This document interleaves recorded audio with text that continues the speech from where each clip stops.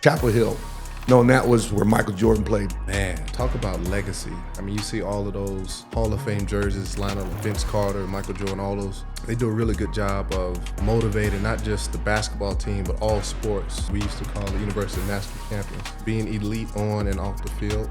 For someone like me, undrafted, on the bubble, trying to make a roster spot, I had to take every dollar, every penny that I made and go aggressively to off-the-field endeavor. When something is important to you, you'll make it work no matter what it is. You're wired for entrepreneurship. You're wired for business. I don't know if guys realize that are athletes. I believe that every athlete has the ability to do whatever they put their mind to, whether it's in business or not. My goal was to be a millionaire with or without football by the age of 30. Football was cool, but I wasn't in love with football. I was in love with business. If you're adding value to other people, the government rewards you for doing that. It's exactly what the tax was about rewarding those who create value.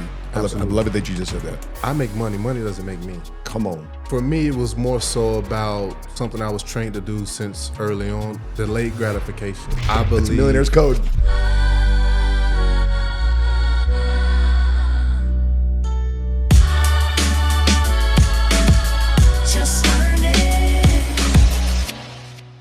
Will Sweet in the house, all the way from Ghana. This conversation started a couple weeks ago while you were in Ghana. Yeah. But we had to deal with some Africa-America internet-related issues. No doubt, but, no doubt. Bro, I'm honored that you flew all the way from Ghana to Dallas. Thank you, bro. Appreciate you having me, man. Welcome back to your former team's homeland here. How about them Cowboys? There we go. Yeah, but we really love them Bears right now, bro. So I'm just curious. So you're about forging relationships. So why did this interview matter? Why did this podcast matter? Why did you come all the way back to Dallas? Because you said you ain't been back here since then, since COVID. Since COVID, yeah, it's been about 6 years now. Wow. So I appreciate you having me. Love what you guys are doing at your life insurance company. Yeah. Got a chance to meet the team. Got a chance to meet the energy in the room. It was just dope, man. Yeah. So you were vibing with us last night, man. Yeah, we were hanging. We're hanging out, sure. hanging out. You're like one of us already, man. Yes, sir. Let's talk about COVID right quick, because you played for the Atlanta Falcons. Yep. Played for the Cowboys. You're an undrafted guy. You went to the combine. Mm-hmm. And North Carolina grad, Tar Heel. Land of Michael Jordan. We love anything that comes out of North Kakalaki. Yes, sir. Yes, sir. So talk to us what happened during COVID, because that was a weird year, man. And we're still seeing the effects economically, even socially from that.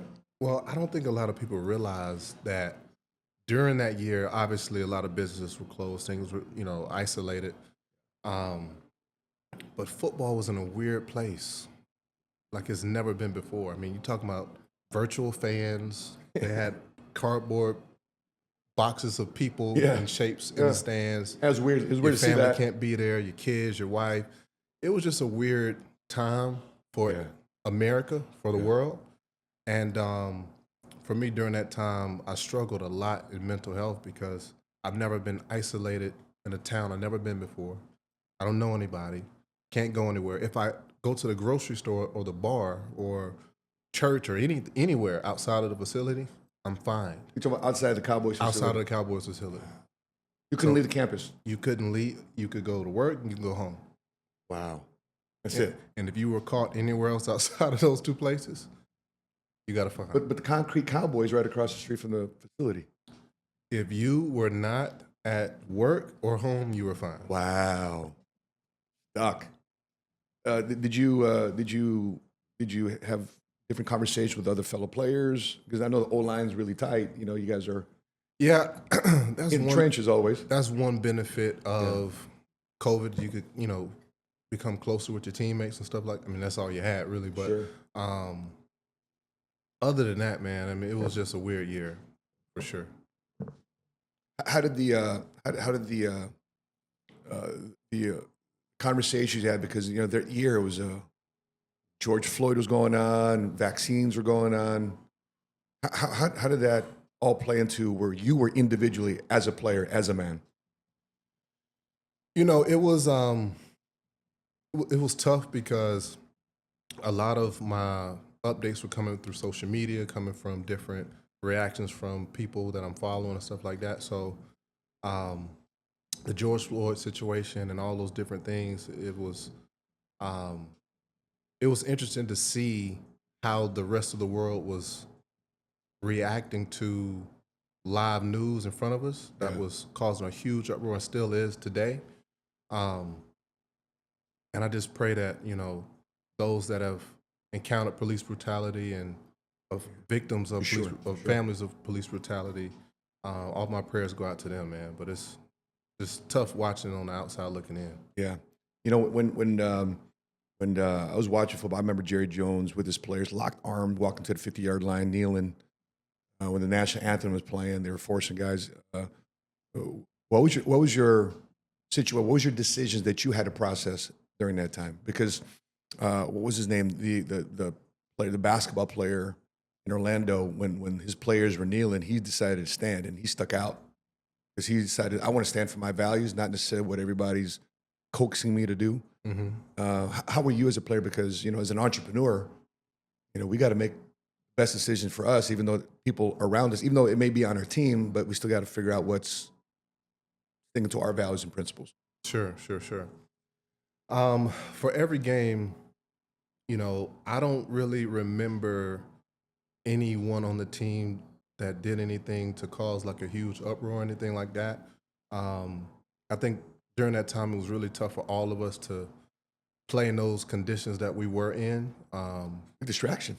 Yeah, very much so. I mean, you're talking about your family, your kids, your friends. No one can come support you play. So that's already affecting your mental health. Sure. And it was so dangerous, right? During that time that we were not allowed to give the opponents high fives or dap them up or exchange jerseys after the game. After the game, even though it's been After we just finished playing.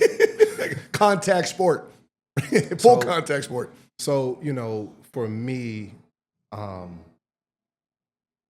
I obviously had a lot of questions internally of, well, if it's so dangerous for my mom, my dad, my family to come, what are we doing out here? So obviously jobs got to get done. Business is business. Sure. But for my personal views of things, I personally didn't understand if it's so dangerous during this COVID time, why are we still out here? I couldn't process, okay, the fans can't come, but you guys still get out there and play. I couldn't process. I mean, I understand the business side of it. The game, I mean, someone's got to make the money, right? We got to keep playing. Want to get paid. Yeah. So I get that part. Yeah. But from the humane standpoint of, doing what's best for the players and their lives, right? Just putting my personal feelings aside to just get the job done. How did that affect you from an intensity level? Because the game, usually there with the crowd, the music, everything, the vibe. But what did it do to the intensity level of the product that was on the field on Sundays? Man, you feed off of that. Of course. Right? And when you don't have, like, again, your family, your friends, your fans supporting you during that process, it's a different energy that comes, and you can feel it. Yeah. Right? I mean, guys were just, going through them. I mean, they were playing hard, don't get me wrong, but it was more so like, hey, man, all right, let's get through this. Let's get through this. Right? Yeah. So in North Carolina, we were just talking offline. At North Carolina, you blocked for Mitch Trubisky, Yep. which is who the Bears drafted. They traded up to get Trubisky, Number one. right? Number one. But when you made the team, because you didn't get drafted, but you made the team, Right. and you ended up blocking for Kyler Murray, Yep. which is pretty cool. Two number one overall picks. It's an honor, man. So every rookie, from my observation as a fan, when they show these, every rookie's got to do a song. They got to get in front of the team. They got to do a performance talent show. But yours is a little different. Can you explain what was the difference between the rookies getting in front of the team, what you guys had to do? Yeah, so in Arizona, all the rookies had to go in front of the team, introduce themselves, their college, their signing bonus. And Kyler Murray was the number one overall pick. So he gets up there, everybody knows who he is. And his signing bonus was like $1 million cash, right? So everybody else is going, blah, blah, blah, blah. And it's my turn. William Sweet, North Carolina, my signing bonus was $7,000, right? And I'm blocking for him. He needs a cuff, a little of that signing bonus, make you happy. I think a lot of people, they, hear the word NFL and automatically assume like rich forever, right? But a lot of times you can set yourself up, but maybe not through the NFL vehicle, right? Okay. If you get $100 million signing bonus or contract, you may not have to be as aggressive off the field with investments or whatever, right? But someone like me, undrafted, on the bubble, trying to make a roster spot, I had to take every dollar, every penny that I made and go aggressively into off the field endeavors. And so you were sharing with me offline too as well. This is not your first time handling money. What was your first experience handling money in your life, in your career? Was it the prep level? Was it the collegiate level? When was that conversation happening with you? Believe it or not, in college. Really? I started investing at 17 years old. Your freshman year? My freshman year. So I graduated early so I could go to school, get a chance to learn the playbook, get a chance to compete. I ended up redshirting my first year. Were you always one of those guys who was bigger and taller than everybody? Yes. In middle school, I was 6'4", 200 pounds. So you're like a man child. Yeah, at 14, I was like 6'4", like 210. That's it. Look at that. So did you just play football, or did you play basketball too, or track? Basketball was my passion, believe it or not. Really? Yeah, I love basketball to this day. I'm just not that good at it. On offense, I'm a beast on defense. A lot of people say I'm a little bit too rough. If I got 5 fouls, I'm taking all of them. I'm not taking none of them home. Well, while we're there, what's the North Carolina campus like? Chapel Hill. Knowing that was where Michael Jordan played. Man, talk about legacy. I mean, you see all of those Hall of Fame jerseys lined up, like Vince Carter, Michael Jordan, all those guys. They do a really good job of motivating not just the basketball team, but all sports. We used to call it University of National Champions. In every sport. UNC, I got it. UNC, I got it. University of National Champion. It was just, the Carolina way of just being elite on and off the field. And that's what made me choose North Carolina, because I wanted to be more than an athlete. I had pretty much every Power 5 scholarship you could think of. But I felt at home at North Carolina. I felt comfortable. I felt like I could be myself. I want to be the best in everything that I do, not just on the field, but be the best student, be the best son, be the best uncle, be the best, whatever it is, just be the best. I think one of your running backs from North Carolina got drafted first round this year, Omari Hampton or something like that. Yeah. Shout out UNC. Yeah. Shout out Coach Belichick. When you're looking at what you did at 17 years old, you started investing. How were you making your money then? How were you making? What type of bread did you bring in for you to start investing? Man, this was before NIL, right? Gotcha. So brown envelopes. Right. So we used to get what they call the stipend and the FAFSA and all that kind of stuff. I qualified for those additional aid programs. Okay. And housing's paid, books are paid, food's paid. So I didn't really have any expenses. Did they directly pay you, or did they directly pay the landlord? Checks. They used to give us checks. So you had to manage that check? Yes. In order to pay them? Yes. Some guys can mismanage that. Absolutely. Some guys do mismanage it, especially with the NIL. But for me, when I first got to campus, I went to compliance and said, hey, I want to get an internship. I want to work, right? Here all summer, I'm only taking 2 classes. I want to do something. And they introduced me to a guy named Peter Fox. It's his birthday today. Happy birthday, Peter.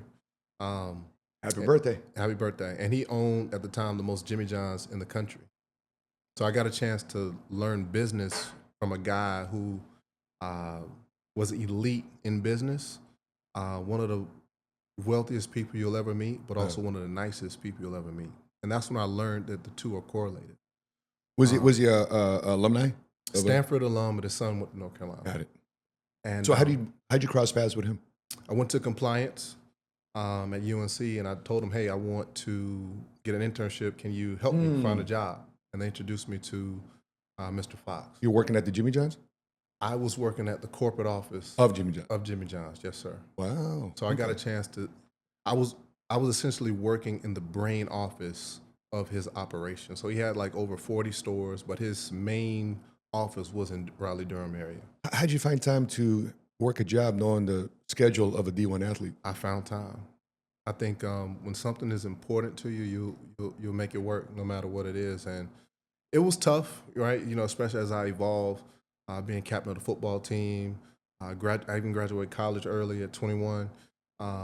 So it was very intense, but I had to keep myself busy, man. That's one thing that I learned the most from for all my high school athletes going out there. You got to learn how to manage time, because once you don't have your parents or your coaches from high school to kind of, help you out, you got to make your time most valuable. And for me, just maximizing, I became addicted to maximizing my time. How can I expand myself beyond just doing this one thing, but how can I make the most of my time? For those that don't know the schedule of a D1 athlete, my wife played for the University of Pitt. She has a full-time scholarship for softball. And she's half white, half black. And I learned very early on not to piss off a woman that knows how to run and swing a bat and gun you down from 25 yards away. Right, not a good idea. But she would tell me her schedule. So tell me your schedule. What was a typical day in a D1 athlete in the University of North Carolina offensive tackle? So for us, we had practice in the afternoon, right? So you would do class in the mornings. So what time would you get up? From 6 a.m. or 7 a.m. You would have breakfast. Okay. Typically, we have to check in with your wait staff. You have to do hydration tests. You have to literally piss in a cup. It would tell you how well you... Every day? Every day. Seriously? In the morning.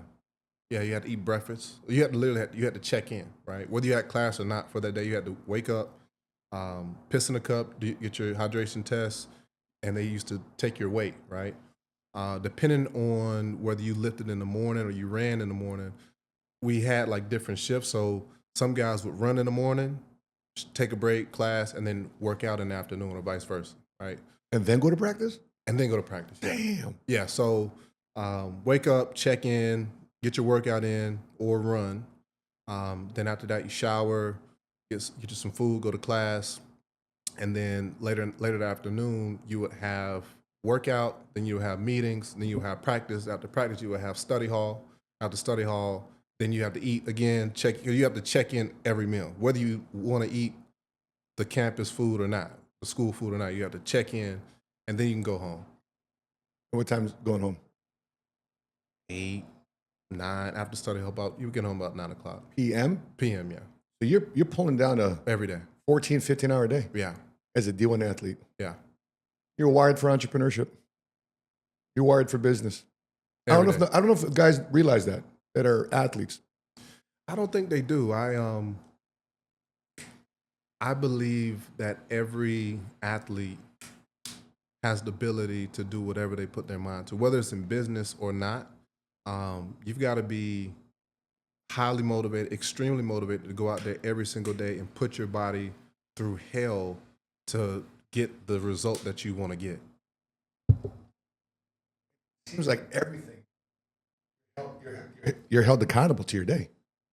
Every single From the day. piss test to meals to And if you miss one of those things, there are consequences. Really? Oh, 100%. Whether it be, running extra after practice, bear crawl, whether it be suspension, depending on what it is. you don't want that. Yeah. We even had people to come to our classes to make sure we were in class, right? So the key is to never be put on the list, because then you always have to make sure that you're going to every single class, right? But if you're, not causing any problems, your grades are good, they're not going to be as actively looking for you.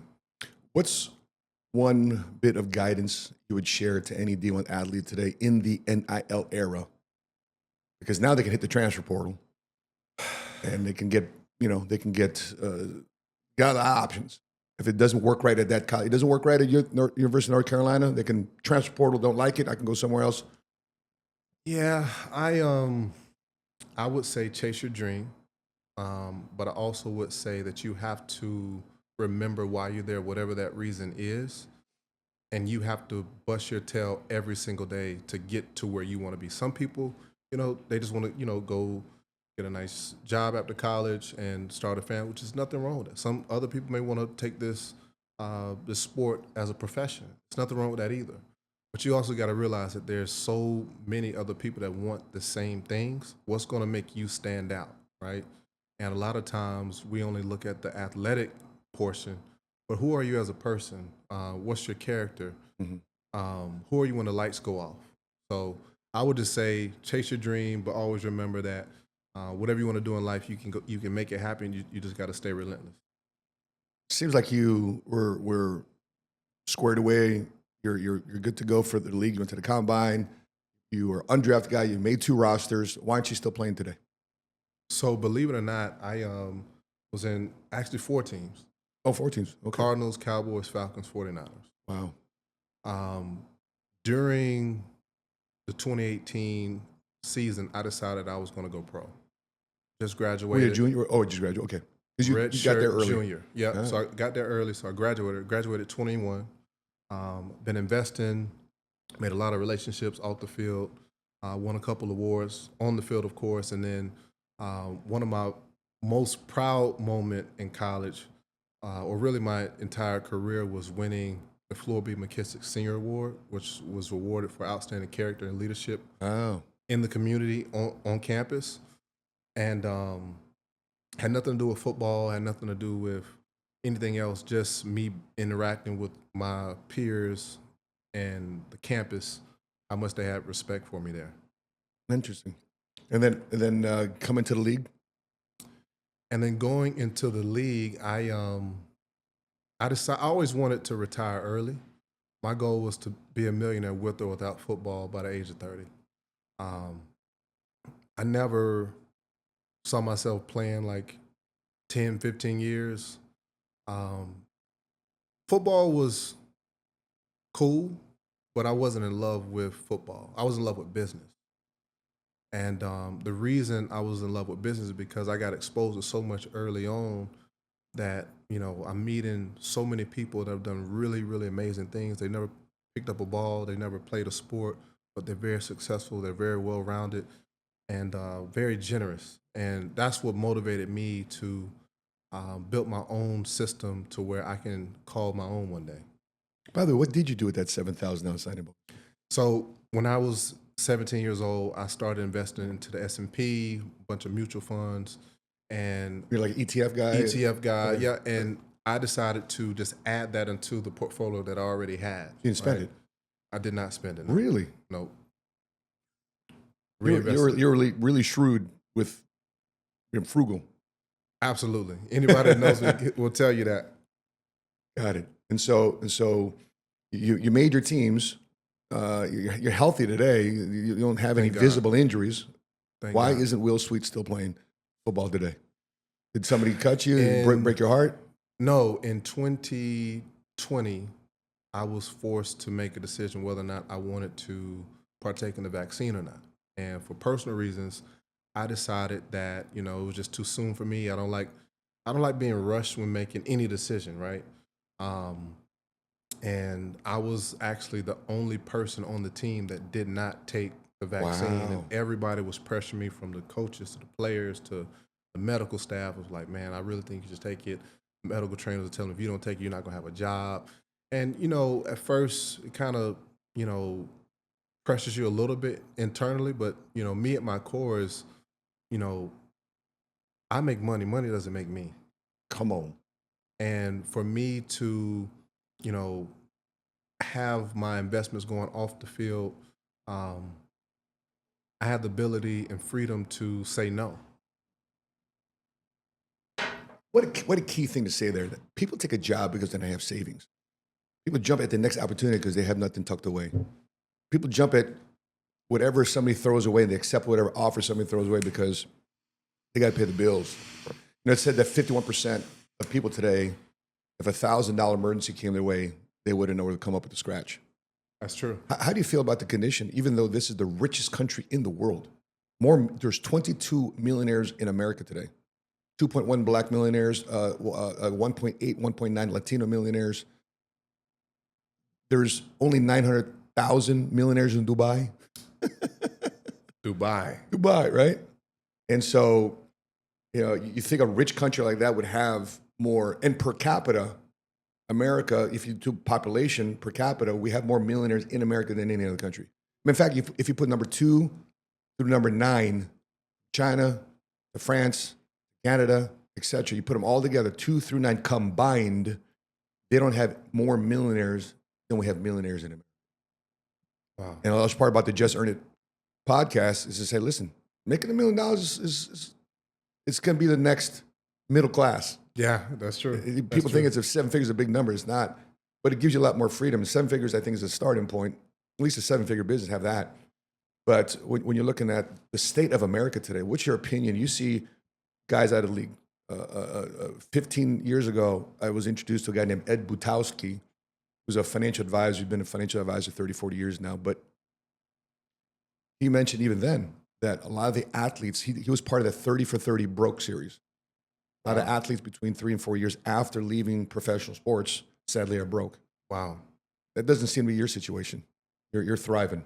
What I didn't include in my rookie year, the thing that I did that was the most important was I read this book called Rich Dad Poor Dad. You go, man. That's by the way, it's still a best-selling book today.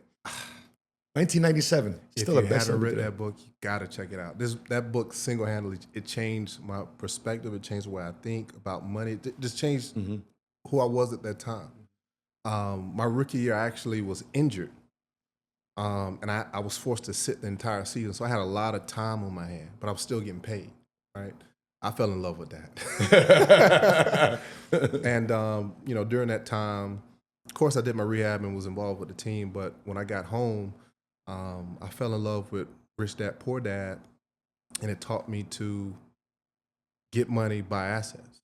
So that's exactly what I did. In addition to my stock portfolio, I started buying real estate, but not, your typical $1 million mansion or nice neighborhood homes. We were buying Section 8 type of properties, but specifically for transitional housing. I'm not sure if I even told you that. Wow. But we have a contract with the federal government where we provide housing for reentry. So Reentry from prison. Yeah. Wow. So those that are watching, I hope you never have to become one of our clients.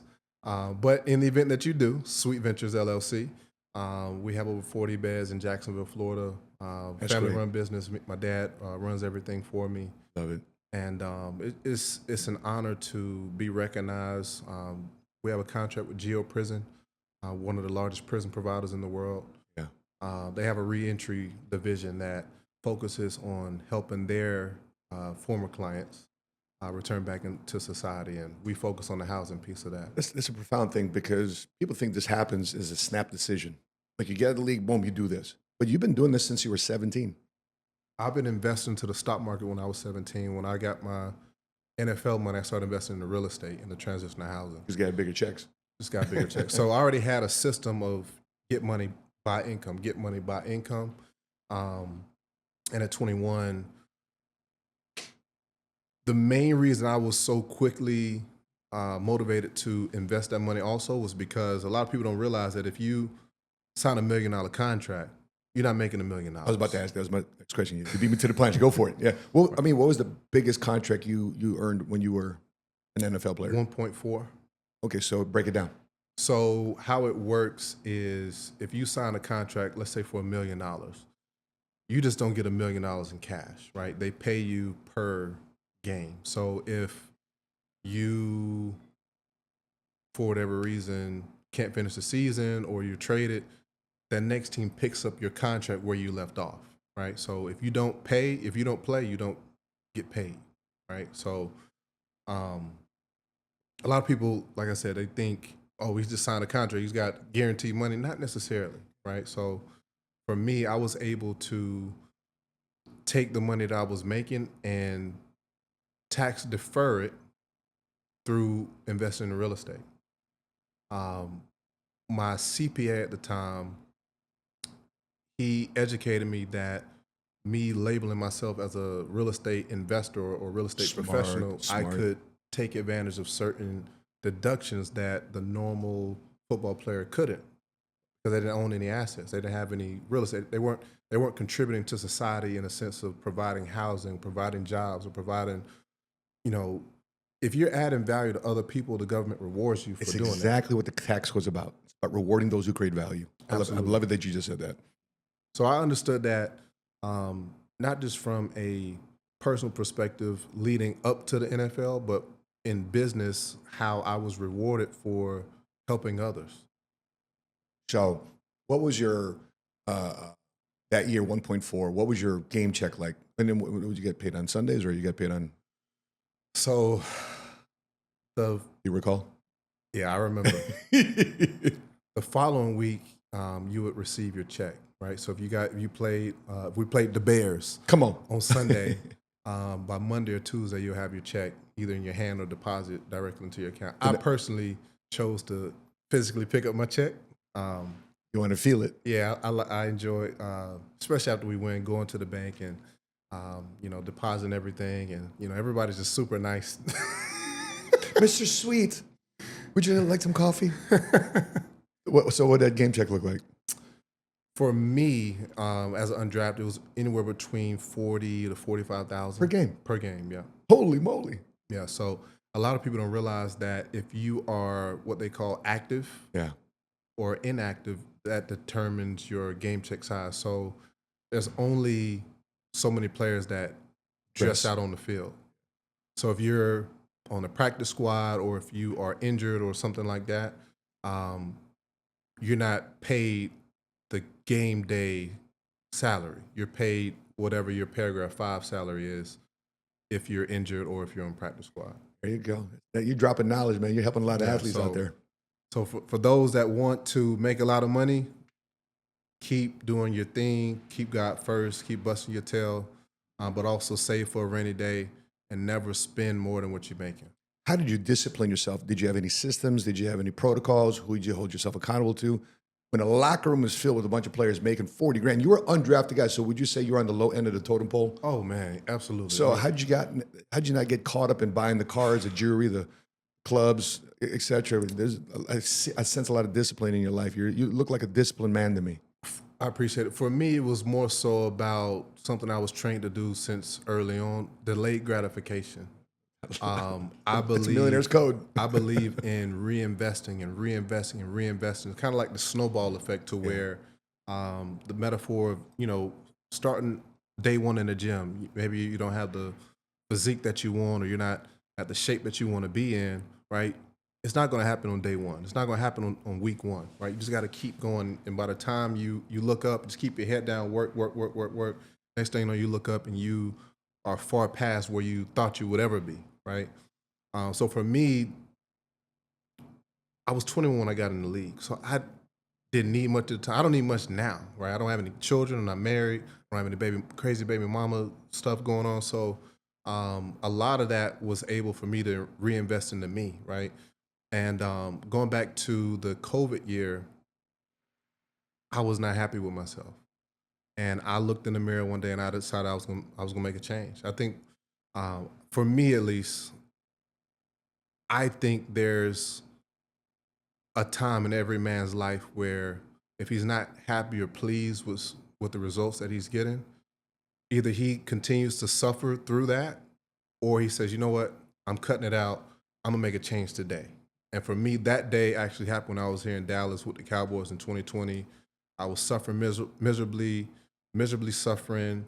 No family, no friends. COVID, can't go anywhere. And I just decided I was going to improve myself mentally, physically, spiritually, emotionally, and financially, and just be the best version of me. I actually lost fat, built more muscle, started praying more. Instead of looking at my situation at a negative side, I started to look at the positive in it, right? And I started to take advantage of that, where this is my time to reinvent myself, to work on me, to be the person I want to be. So for me, just living like I was in college, we're getting free food, we're getting free clothes.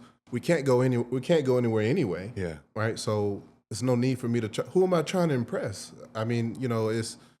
But other guys would spend their money that way, That's true. That's true. especially in the locker room, right? So to be honest with you, it comes down to ego. pride, competition. I mean, when you talking about the top 1%, Yeah, bunch of of the alphas. 1% where if you can do it, I can do it better, type of thing, right? And in that regard, in terms of like seeing who can buy the most bottles or see who can buy the most expensive clothes or this, like I never got caught up into that because I knew what I was working towards. See, my thing was Hello. working towards financial freedom. I retired at 24 years old, right? So From the league. from the NFL, yeah. Okay. So that was my goal that I was working towards. So every check that I got, I was either investing into stocks, real estate, or eventually my own car rental business, which I got into later. Yeah, we're definitely going to be talking about that in a second. So you had purpose with your money. It wasn't chasing status. You had so in other words, you visualized that money redirecting to your investments, redirecting real estate, versus redirecting to having money heal in the area of your life that you need to feel confident or status in. Because I think when I was coming out when I was in the Marine Corps, that's how I spent my money. I didn't have that framing. I didn't have that awareness. But I'm glad that you had that impact. Going to North Carolina and having that awareness to get a job and to invest your time, because board money or money that doesn't have a purpose is spent money Fast, quickly, real fast. and so. Did you hold yourself accountable to anybody with your finances? Were you bouncing things off with your dad? Did you have a mentor in your corner? So I had a financial advisor at 17. It was actually my mentor, Peter Fox, is his financial advisor. Cool. So during the internship, I kept seeing him watch this show called CNBC, and they're talking about millions, trillions, billions of dollars in stocks and charts. And I'm like, I just asked him, what the hell are you watching? Yeah. And you know what he told me? I'm watching to see how much money I made today. Come on. And I'm like, wait, but you've been here with me with your feet kicked up all day, right? That's when I realized ownership is everything. And he was taking his dividends from the Jimmy John's business and reinvesting into his ventures, whether it be public entities or private entities. So it's like a big machine that I realized that a lot of wealthy people have, where they are really good at one thing. Yeah. And at some point, they take that money and they reinvest into another thing. Like I know you, for example, you've got the life insurance, but you also have other endeavors that you're doing that I don't want to disclose. I don't know it's all good, what's bro. out to the public. I'm an open book. It's all on my YouTube channel. Got you. But you're doing some amazing things, man. I appreciate you having me here. This is really dope to be a part of. And back to the freedom was my biggest flex, if that makes sense. It wasn't buying a car or Rolex or Jewelry or a T-shirt that costs $500, right? A lot of people, nothing wrong with Rolex, nothing wrong with APs, but a lot of people want to buy those things, but they don't even own their own time, right? So a lot of people with these fancy watches on or fancy this or fancy that, but they don't even control the number one thing that's the most important, which is their time. So funny that you mentioned that. I was pulling up to Chick-fil-A. Chick-fil-A's right there by Starwood. The Chick-fil-A right there, Lebanon and Legacy, right by the DNT tollway, right there in Starwood. And I was driving my what was I driving? It was either my Maybach or my Rolls. Anyway, I roll up, and the kid's taking the order. Right? He's like, "Man, this is awesome, man. This is what a great car." And I was just looking because his iPad taking my orders right there by his hip area, and I noticed he was wearing a Gucci belt. Right? And he goes, "Do you have any tips for me about money?" I said, "Tips for what?" The tips for I can drive a car like this one day. I said, "Here, I'll give a tip for you. You may not like it though. Are you ready?" I said, "It's gonna hurt." He says, "Yes, that." So how do you have a Gucci belt as a work belt? How do you have a Gucci belt as a work belt? I mean, is it one of those knockoffs? Is it a knockoff, or is it did you actually spend $500 on a belt to wear at Chick-fil-A and a pleasure to serve you? So I said, "Start right there," and he was dumbfounded. I don't think nobody's ever told him something like that. Kudos to this kid for at least asking. Very interesting point, right? And I always had the mentality of I would rather buy the stock than the product of the company. Oh, love it. So for me, my biggest flex was I'm an investor in Gucci, or I'm an investor in Nike, or I'm an investor in Apple, whatever it is. Yeah. I may not have this is not just buying an iPhone. I may not have the brand newest, latest iPhone or Mac computer, but I own the stock. I'm making money while, and I literally learned this from watching my mentor, Yeah. who owns the most Jimmy Johns in the country, with his feet kicked up, watching, and I'm like, "What are you watching?" And he's like, "I'm watching, see how much money I make today." It literally, like, that Yeah. interaction, it literally shocked me, changed my perspective on everything. Yeah. In addition to that book, right? Did you read the second book, I did not. Cash Flow Quadrant? I did not. I have to read that one. So we went to Patrick Bet-David's birthday party, and Robert Kiyosaki was there. And so I said, Robert, I relate with you so much.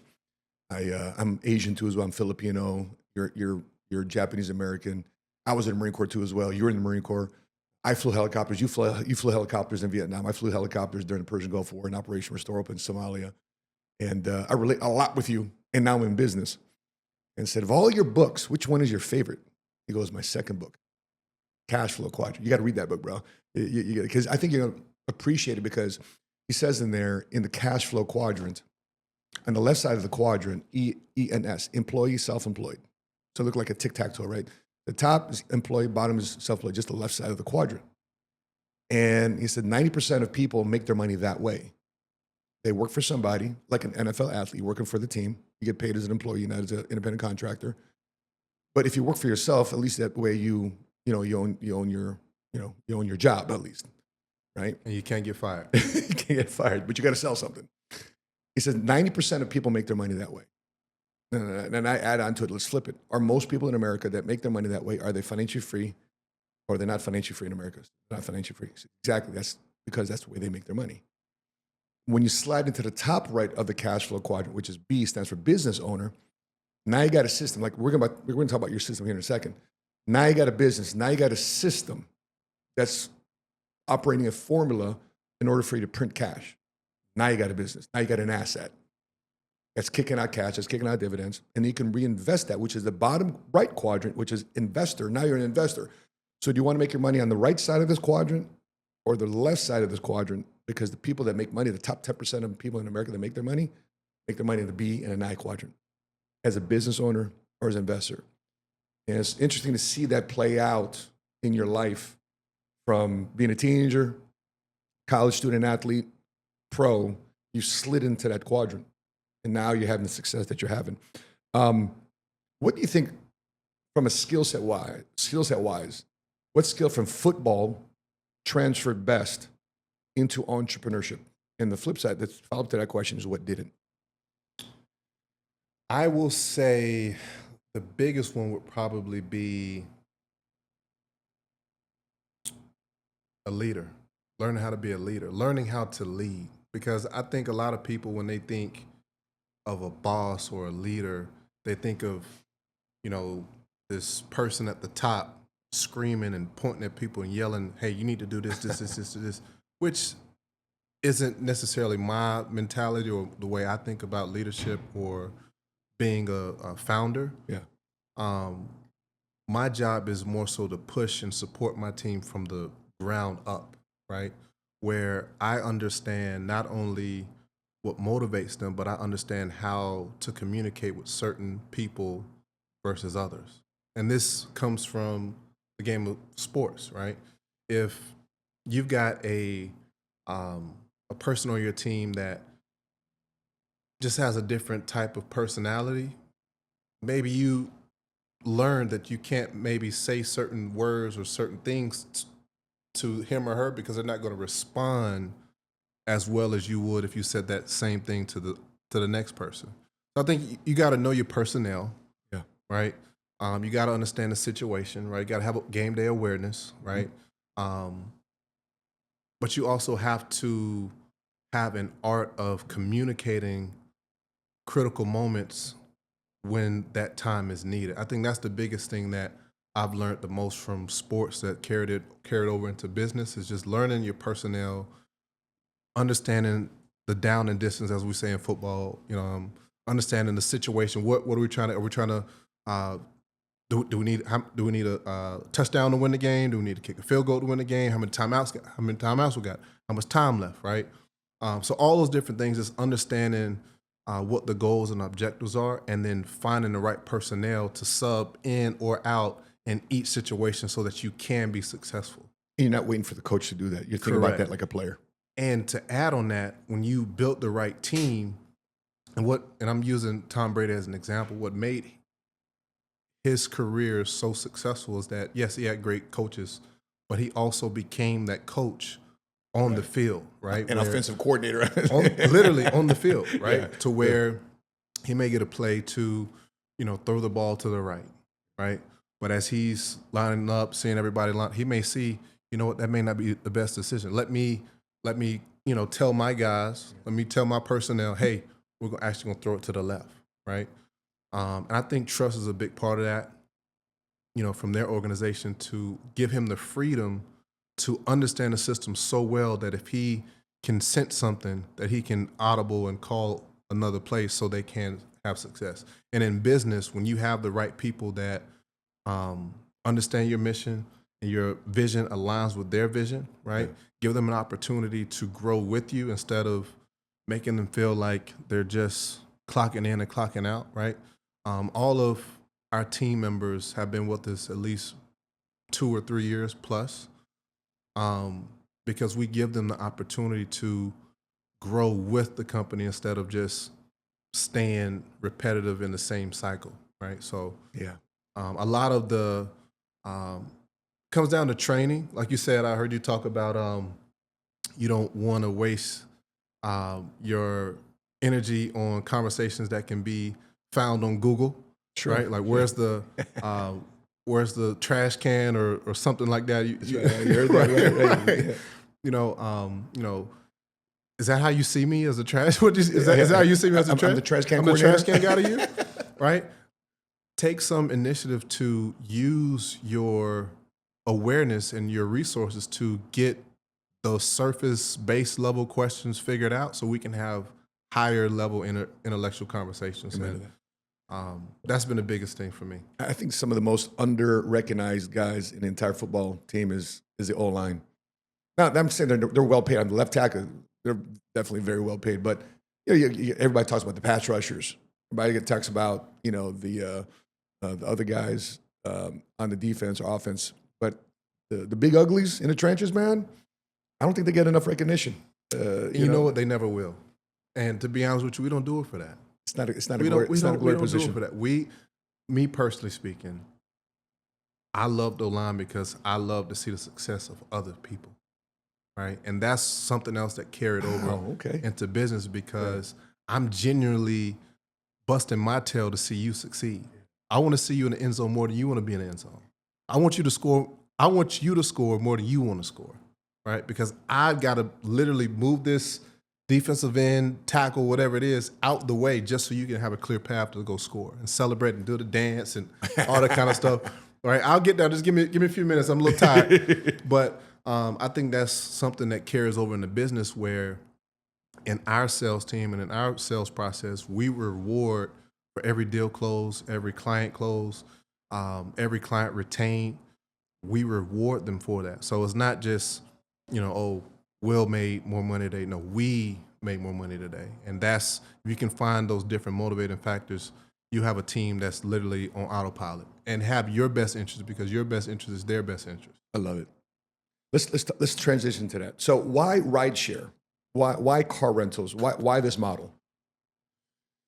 Well, I'll be honest with you.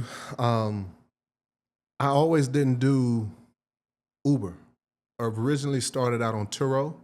My mindset was to turn every liability I personally had into an asset. Let me explain. Oh, that's a great way to look at it. So, because that's money you're spending anyway. Correct. So in business, you understand this word called leverage. And for me, whether it's my phone bill, whether it's my apartment rent, whether it's my car, whatever it is, I'm looking for an asset from somewhere else to pay for the thing that I want to do, right? Because if I'm doing it, it's not really making me money, but it's something I got to do to live, right? So my perspective was every bill that I had, how can I have an asset cover that? So I'm the guy that when Turo was very popular and I'm, in off season, I don't really need a car anyway. or I'm, during whatever it is, I was the guy that would rent my car out to strangers. And I know this sounds crazy, but I would rent my car out to strangers and use it to make enough money or more than enough money to pay my car note. So I'm not paying the car note. Love it. So my first car was a Tesla. It was a brand new 2021 Tesla. And it was only like $500 monthly. You fit in a Tesla? Yeah. That's okay. I was in a Was it Model in Y. Model Y was like the crossover joint. And the car note was only like $500. But even with it only being $500, I still didn't want to pay for it. Mm-hmm. So I leveraged my car on Turo, and I made more than $500. I charged like $100 a day. So you're looking at about anywhere between $2,500 to $3,000 a month, and my bill is only $500. There you go. Yeah, Right? net profit. Yeah. So for me, It's like people having a house and renting a room that happen to defray the cost of the mortgage. I call it an anyway offer. It's something you're going to do anyway. Yeah. Right? So for me, I took this car when I wasn't using it, and I rented out to people that pay me big money. So after a few incidents on Turo and damages and just dealing with different types of people that I didn't really enjoy working with, I decided to make that shift into working with people who were motivated to use these cars to make money, that have families to feed. Because if you have someone coming into town for a bachelor party or a football game or just pleasure, they're not going to take care of that car as well as someone with a wife and 3 kids at home. Right? So Because they look at the car as an asset versus a rental. exactly. I've always often said in our office, I said, "Dude, what do you take care more of? Something that you own or something that you rent?" And I ask people, raise their hand if you ever rented a car. Everybody raise their hand. I mean, tell me the truth. For those of you who rented a car, tell me the truth. Come on. Tell the truth, shame the devil.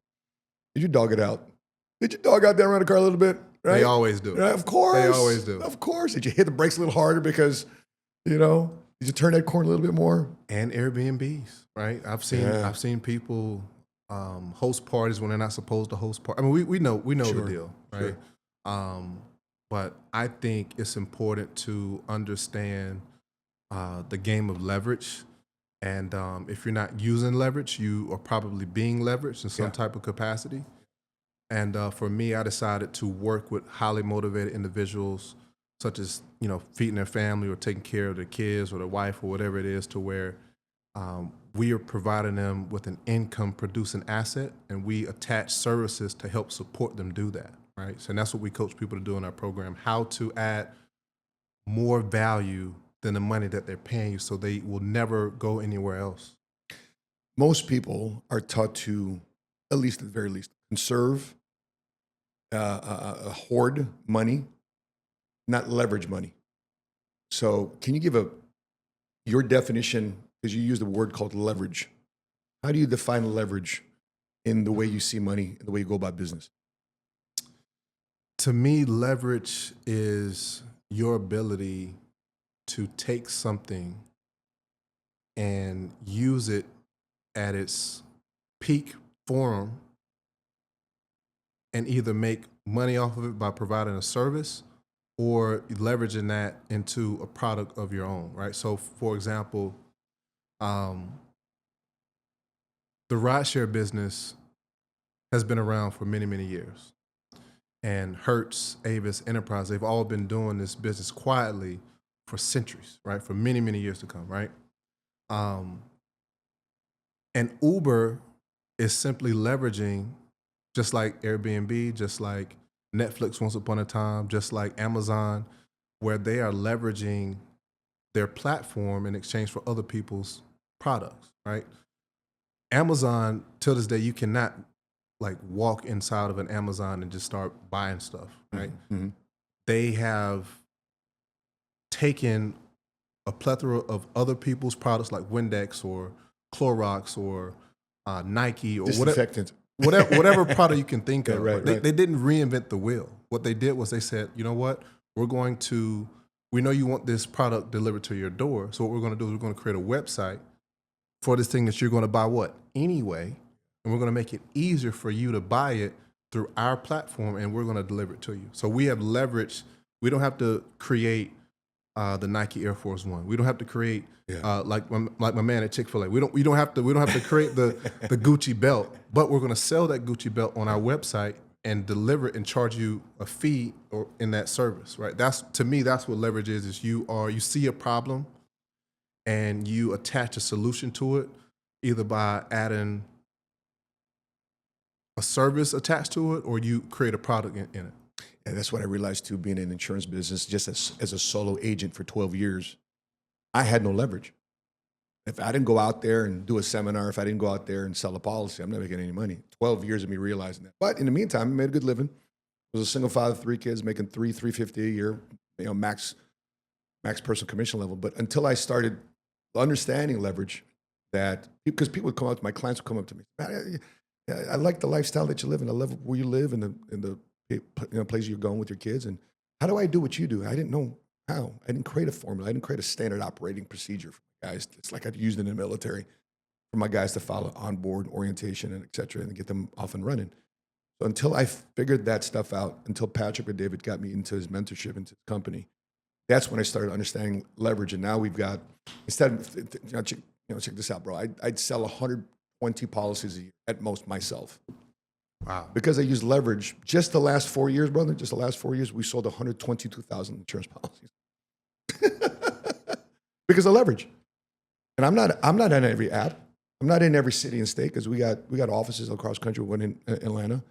We have some guys in Jacksonville. They're just writing agents, not establishing an office, but they're just writing agents. But that's a form of leverage. Okay. So the other area I wanted to ask you is, what was that first year when you transitioned from Turo to now Uber? What were some of the mistakes? What some of the capital that you acquired to get that up and running?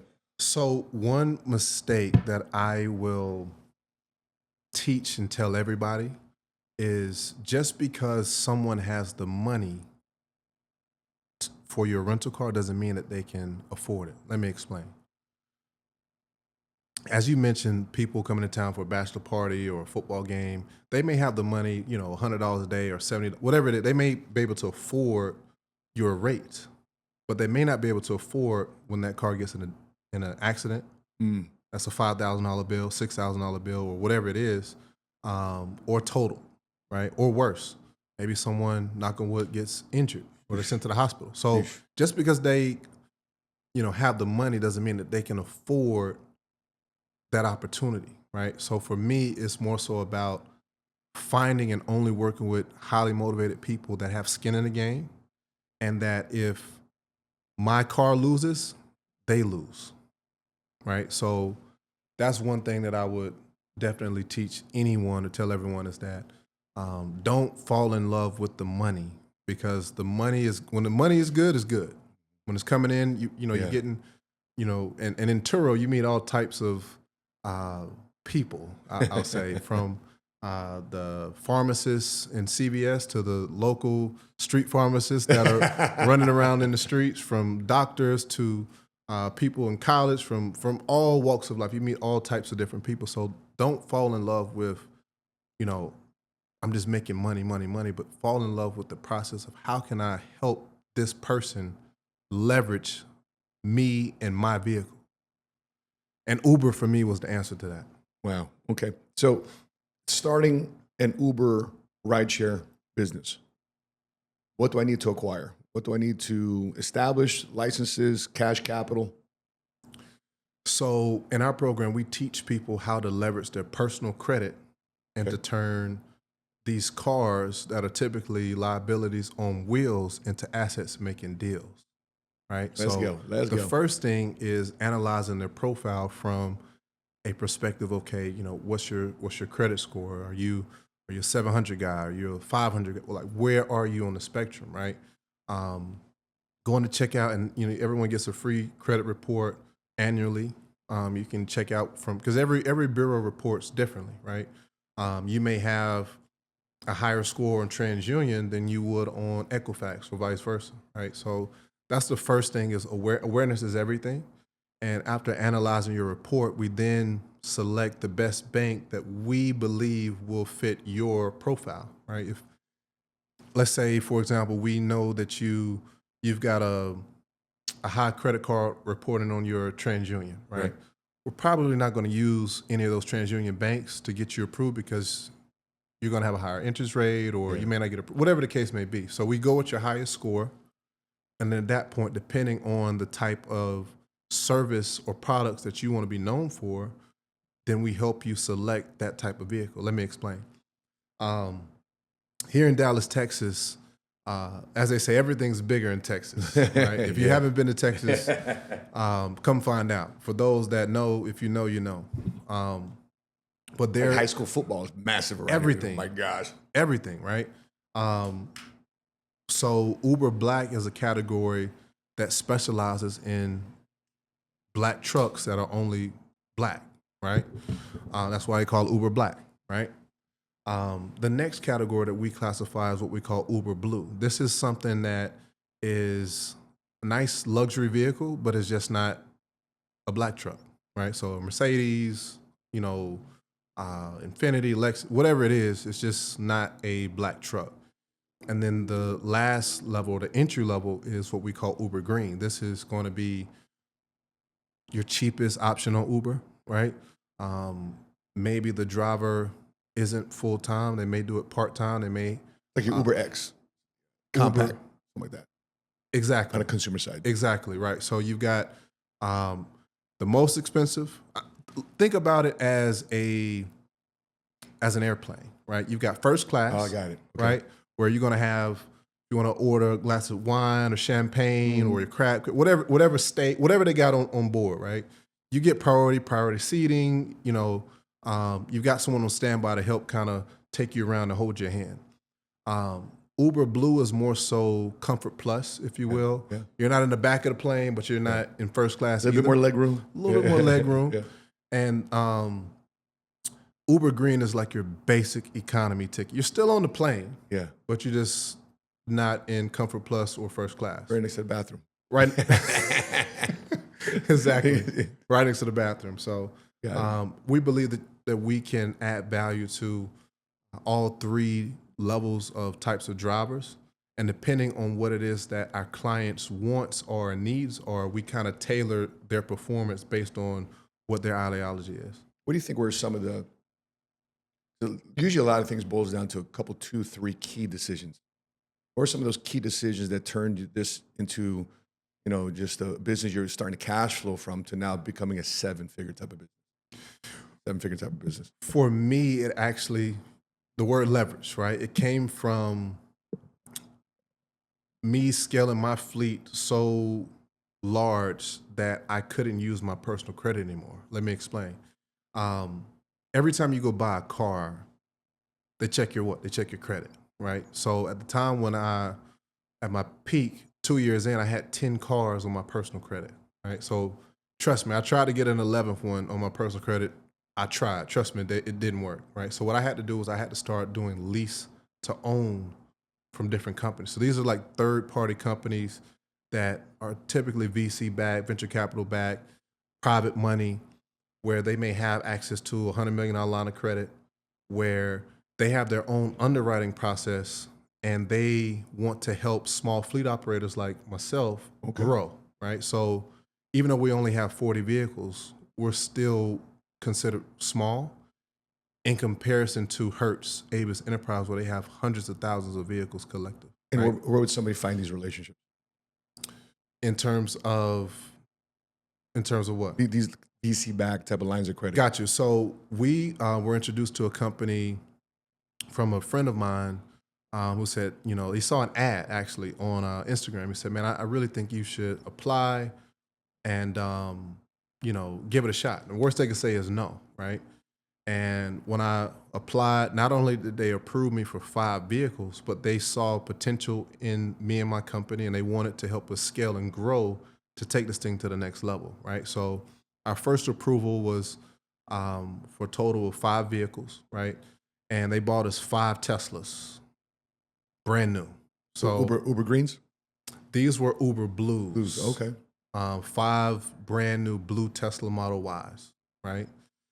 And how their business model works is they're going to acquire these cars at a discounted rate, right? Because they're buying in bulk from the dealership. 5 at a time, yeah. They're leveraging the dealership And essentially they're leveraging me because they're charging me a monthly payment to acquire more cars, right? So everybody's happy.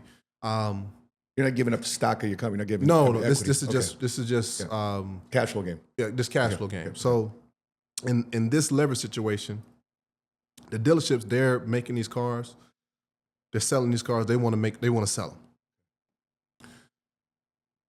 The third party companies, they're coming into these dealerships and they're saying, hey, we'll buy 20 at a time, but we need a discount. Right? Who's going to say no to, Of course. Yeah. I got $1 million check for you, just give us a discount? Who's going to say no to that? Right? And we are leveraging the third party company because we're giving our drivers an opportunity to get brand new vehicles that have never been driven, fully under warranty, smelling brand new, right? And we give them the option to pick any vehicle they want on our lot. So it's a chain of command when it comes down to, you know, and to your point, you said United States has, you know, one of the most millionaires out of all the other countries, right? And the reason for that is because from whether we are drinking a Coca-Cola or a glass of tea or sipping the Don. Come on. Shout out to Shout out Marlon Wayans. Whether we're sipping, you know, whatever we're doing, we can simply enjoy. It'd normally be Uncle Nearest whiskey, but I'm fasting this month. But UN, yeah, we're investing. Next time we'll have the bottle right here. Yeah, right, for sure. But it's just an opportunity to create a pipeline of different products for our customers and create a unique experience to where we create an all-you-can-drive experience to where we cover car washes, we cover unlimited mileage, we cover that's cool. unlimited vehicle swaps, we cover 24/7 concierge, we cover 24/7 roadside support. So our drivers are getting more value from us than they are from the competition. Than direct. Correct. Okay. Because Hertz isn't doing that. Guess why? They don't have to. Their mentality is They found a niche in the market. We got major hubs at every airport in the country, every city in America. We don't have to be the best at customer service, like McDonald's. They don't have to be as good as Chick-fil-A customer service because that's not their business model, right? It's your business model. Yeah. Exactly. So Interesting. Okay. So now you have to hire drivers. Is that another element to run this fleet, to drive your fleet? The thing that I want to make very, very clear is that you're working with independent contractors.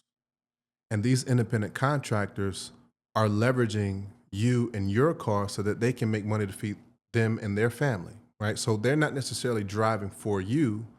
They're driving for them, motivated by the things that motivate them, whether it be paying for their kids' tuition, they're raising money to go on a vacation, whatever it is, to where you're not necessarily paying the driver to drive. You're just providing that service. You're solving that problem for them. Okay, so let me recap this. I think there's a very juicy set of questions I want to ask here. The difference between a Turo model and an Uber model. Turo is something that anyone breathing with a couple dollars can get the keys to your car, whether they are drunk, sober, good person, bad person, fat, skinny, doesn't matter. Anybody that has the money can get the keys to your car. With Uber, if you're not an Uber driver, for us, if you haven't completed 3,000 trips, if you haven't been on the platform at least 3 years, if you haven't maintained a 4 or 5 star rating on the platform, we cannot do business with you. So I think for us, I learned this the hard way. It's okay to say no sometimes, right? All money isn't good money. As I explained earlier, just because they have the money to pay for a day or two, it may cost you more on the back end because they're going to smoke in the car, they're going to drink in the car, they're going to cause an accident. They may get into a police chase or what. I mean, listen, I lived in Atlanta, okay, so I don't know for those that's watching have been to Atlanta, but let's just say you don't want to leave the keys in your car Yeah. anywhere, Yeah. but specifically Atlanta, because whether you leave the keys or not, it may not be there when you get back. So how are you forecast? How does Lyft factor in? Is this a parallel? Is it like Pepsi and Coke to Uber versus Lyft? So I would put it like this. Uber is the big brother out of the two. Pepsi is essentially the little brother in this situation, which we would describe as Lyft. Neither are bad options, but when you think of soda, what's the first brand that pops up? Coke or Pepsi? Coke all the time. Same mentality applies when it comes Okay. to rideshare, where people actually call Lyft. After. Yeah, they call not just that. They call Lyft I know I do that. Uber, even though it's Oh, not yeah. an Uber. Hey, can you call me Uber? But it may be a Lyft, right? Right. So it's just they've coined the term of rideshare, and they've turned every opportunity to an Uber situation. That's what happens. You step on the marketplace and you start dominating. When you're looking at if an athlete, talking an athlete, has no discipline, or they have, like, let me move that. An athlete has discipline, but no systems yet. Where should they start? And why should they start there? The first thing you got to understand is,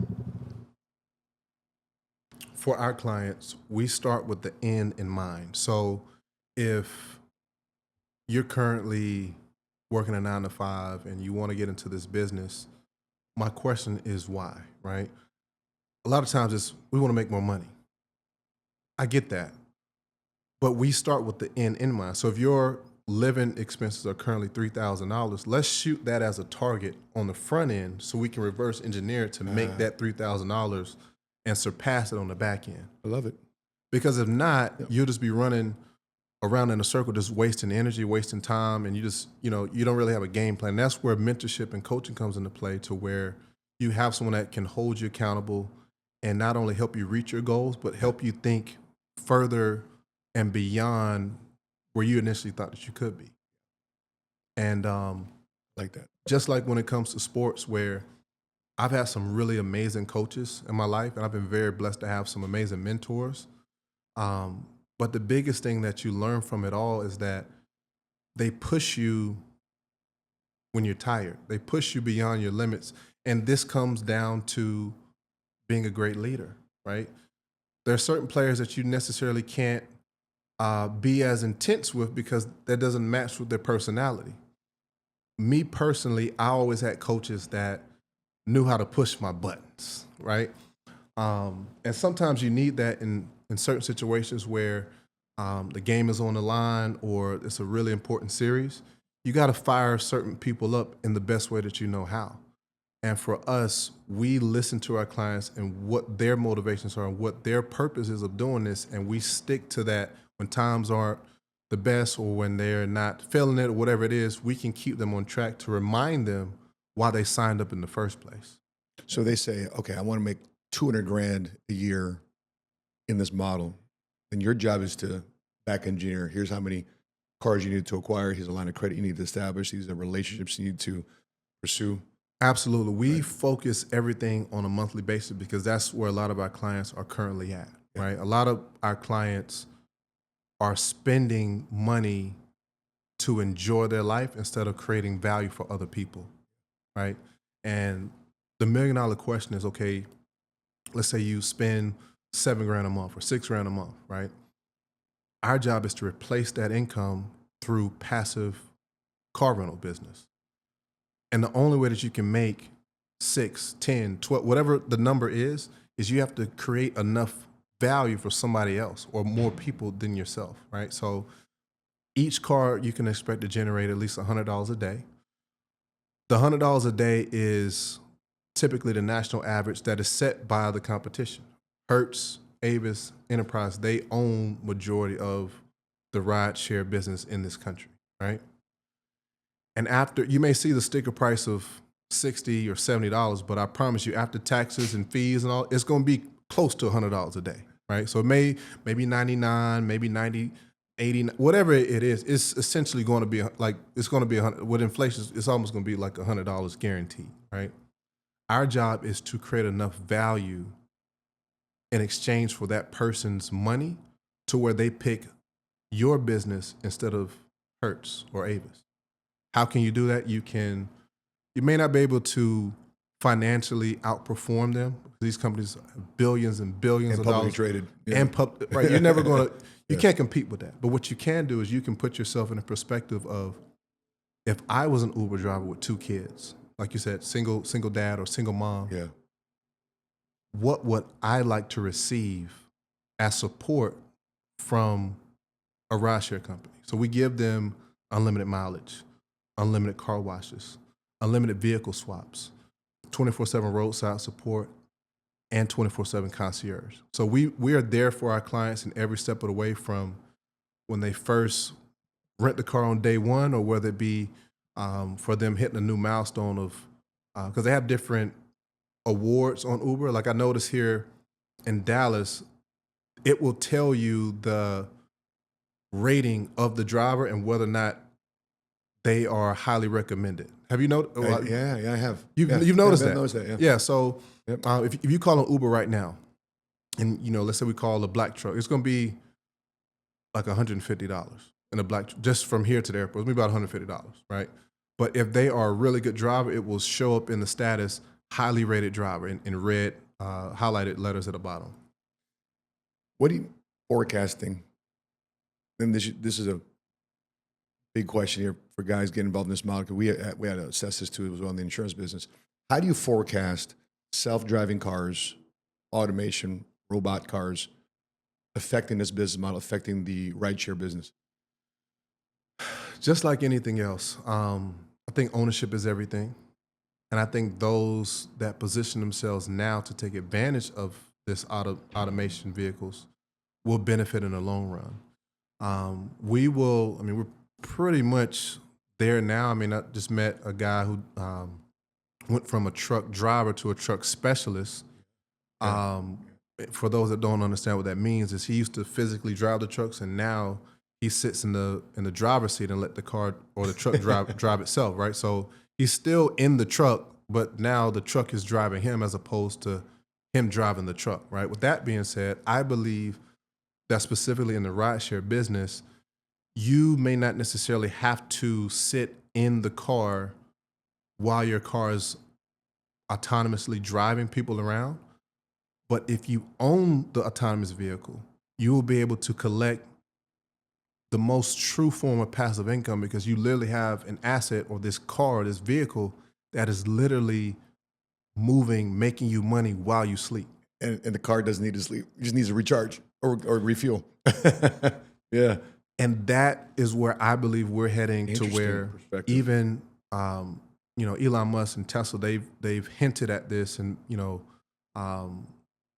envision their own ride share platform within the Tesla ecosystem, right? Yeah. You've got Tesla cars, you've got Tesla stations, you've got Tesla Yeah. apparel, all this type of stuff. So it makes sense for them to have their own Tesla ride share ecosystem, to where they don't need Uber, they don't need Lyft, they don't need any of those things. They just need people that will spend money on the Tesla app to have a car pick them up and take them from point A to point B. So those investors that will buy Tesla or a fully autonomous vehicle will benefit in the future.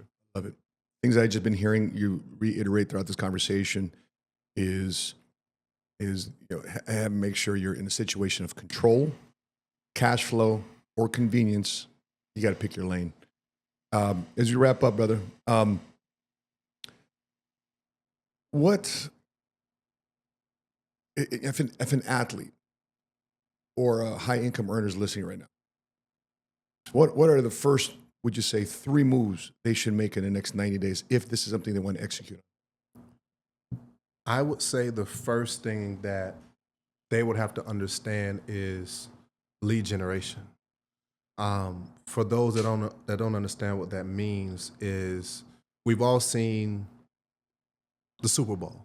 Sure. And one thing outside of the actual game that people love the most are the Super Bowl commercials, right?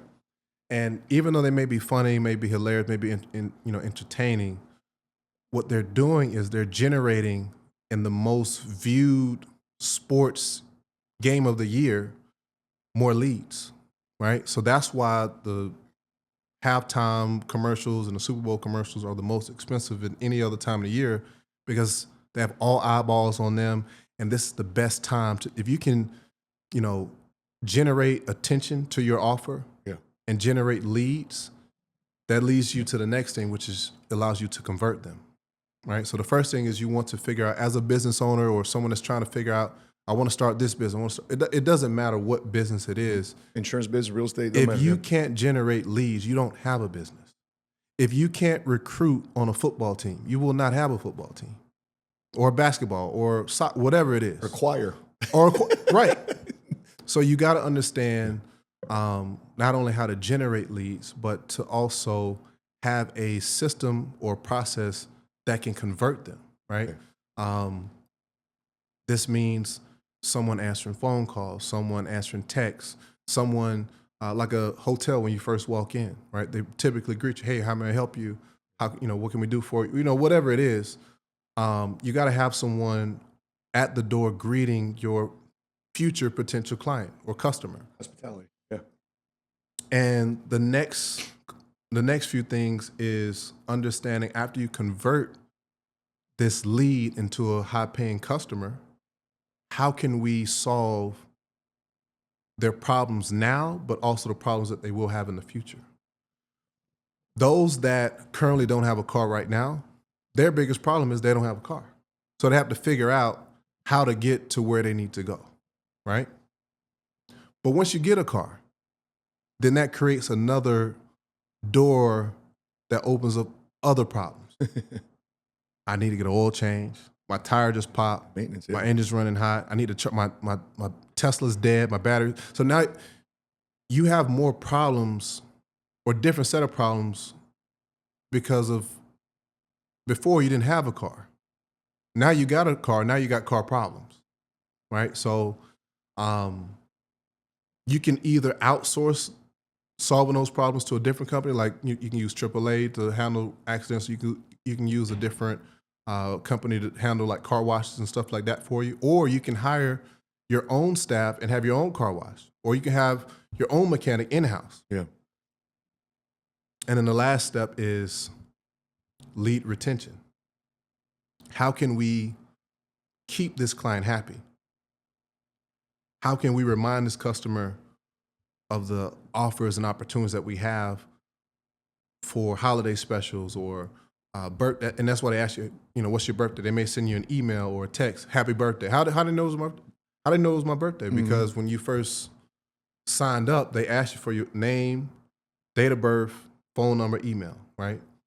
And that's just a part of the lead retention, making sure that you're keeping your customers happy. After you guys sign up someone for life insurance, I don't know how it works, but you probably, have a sequence of when you keep in contact with them or just check in, make sure, hey, is there anything else that you need? Or we may have a premium product, or whatever it is, but you just want to make sure that you can solve people's problems on every level, from someone that is walking, that doesn't have a car, to someone that buys a car that has car problems, to someone that maybe want to upgrade to another car or whatever, or trade in a car. These are all different. And I'm not just talking about cars. This is just in any business, that you're always going to have ebbs and flows in business. If you can solve every problem or at least help them along the way, you'll always have a successful business. Love it. Love it. Closing question. You individually, what did you have to let go of before your life really started working and you're able to recreate yourself life after football? Because a lot of people are looking at it right now. Do I stick with this career, this business? If I jump into this or any other business endeavor, what did you individually, from your perspective, what did you have to let go of before? Ego. Oh, I had to lose my ego. I don't think a lot of people understand the intensity that being in a National Football League requires, because you are surrounded by beasts of all walks of life. From in the NFL, every person was that guy or the person or the man in their high school team, on their college team, and maybe even their professional team, where you have to remind yourself that you're that guy as well, right? So I think when it comes to business, you have to realize that not everyone has the same level of intensity or passion as you. And I think being able to reground yourself and look at things from other people's perspective will allow you to not only give them grace, but it allows you to give yourself grace as well, because we all have different motivations. We all have different things that motivate us. And if you can lose your ego and get out of the moment and understand, maybe this person is just having a bad day today, right? You don't have to, go back and forth with them or, go tit for tat with them. Just say, you know what, thank you, I appreciate it. Walk out, have a good day, right? Just lose the ego before you lose yourself in the moment. And if I was to ask you to define what just earn it means, how would you define that? I would say, for me, it's about earning the ability and the right to not only show up for yourself, but to show up for those that are counting on you every single day. And I've got a team, all of my team, they're based in the Philippines. Mabuhay, mabuhay na. That's right. Shout out Manila. To where every person on my team, I understand what motivates them. They all have children, right? They all have families. And we have that culture, that family culture, that family environment to where if someone needs the time or a few days to spend with their kids, or you're not feeling with whatever it is, we support them in that sense to where they've earned the right to have that privilege. And it's my job to support them through every phase of life, not just the business part, but to have a combination of everything to create that culture, to create that environment to where, I have to earn their trust, they have to earn mine. And I think having that culture means everything. So, man, well, we're going to have all the links, or the link that you have to provide people that want to get involved in this, we're going to have in the description below here on our YouTube channel. And if you haven't done so yet, make sure you follow Will Sweet here on Instagram. We have all the links here in the description below. I really appreciate your investment to come all the way from Ghana. Yes, sir. On a new year to come here to Dallas. Yes, sir. Shout out to Africa, man. Shout out to Africa. Amen to that. And shout out Philippines. Come on, baby. Ta-da-na. If you haven't done so yet, make sure you put your biggest takeaway in the comment section below. And Just Earn It podcast here, where we help you think like a millionaire, strategize like a millionaire, so therefore you can become a first-generation cash flow millionaire. With that being said, from Dallas, Texas, I have a Will Sweet. I'm your money smart guy. Smash that like button, smash that subscribe button if you haven't done so already. And until we meet again, continue to live smart, continue to love smart, be money smart today. God bless you guys. Bye-bye.